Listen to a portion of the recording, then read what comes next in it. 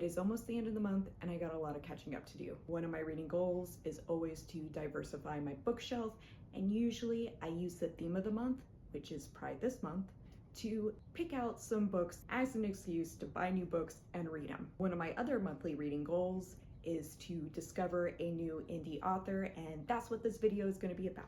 Of course, there are definitely going to be more Pride books that I'll probably be posting, but let's focus on, and I'm sure I'm going to butcher his name, which is totally tragic considering that there is a poem about this. Gume Laurel III. If you're not already following his account, you definitely should. He talks about his books, and of course he shares tons of hilarious memes, so that way you'll go out there and purchase. His first book that he is known for, Samson and Domingo, is a middle school to high school grade level story about a band geek hooking up with a jock.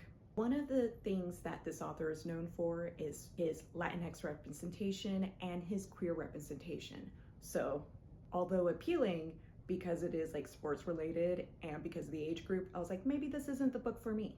What did draw me to him though is his book coming out in August, The Brujos of Borderland High. And although this is within the same age level, because it uses magic, I was like, hell yes, and I definitely pre-ordered it. So the benefits of following authors is that you get to know when they do special book-aways. Since I was already pre-ordering, you know I jumped on it when he had a contest for a couple bookish items and a free tarot card reading. And I won!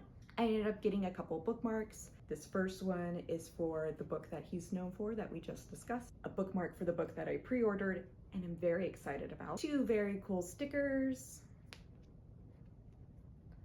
that will be going in my reading journal. And then, of course, the most important part, the tarot card reading. He set it up so that way we can meet virtually, and I have to say that his passion, his enthusiasm for his writing, and his personality really came through. It was such an enjoyable experience. It was the first time in which I received a tarot card reading. I've definitely done them on myself. I've definitely done them for others, but because I'm a very negative and pessimistic person, usually within the cards, I only find doom and gloom. Gume is a much more kinder and compassionate person than I am because his cards came out very encouraging, and it helps out that he used a nature card set. We started off with the sun card and moved on to the fog card, and then we ended it with the leaf.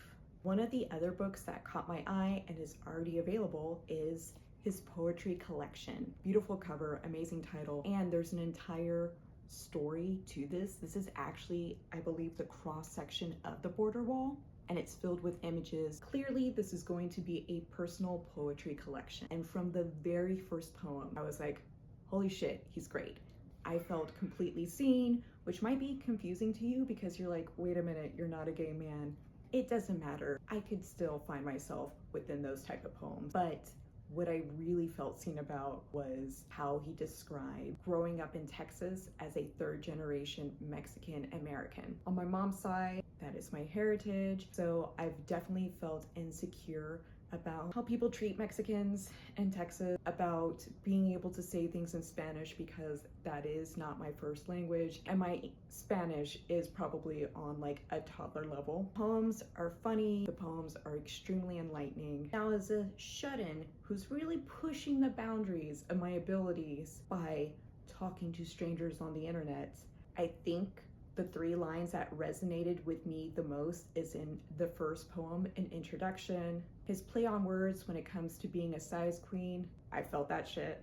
Basically, if you love great poetry, if you feel like Latinx voices are severely underrepresented in the publishing industry, because they are, then you need to support this author and pick up all his books. He is doing work by trying to dismantle the prejudices within our state when it comes to Mexican and queer identity. So yeah, huge fan, huge fan.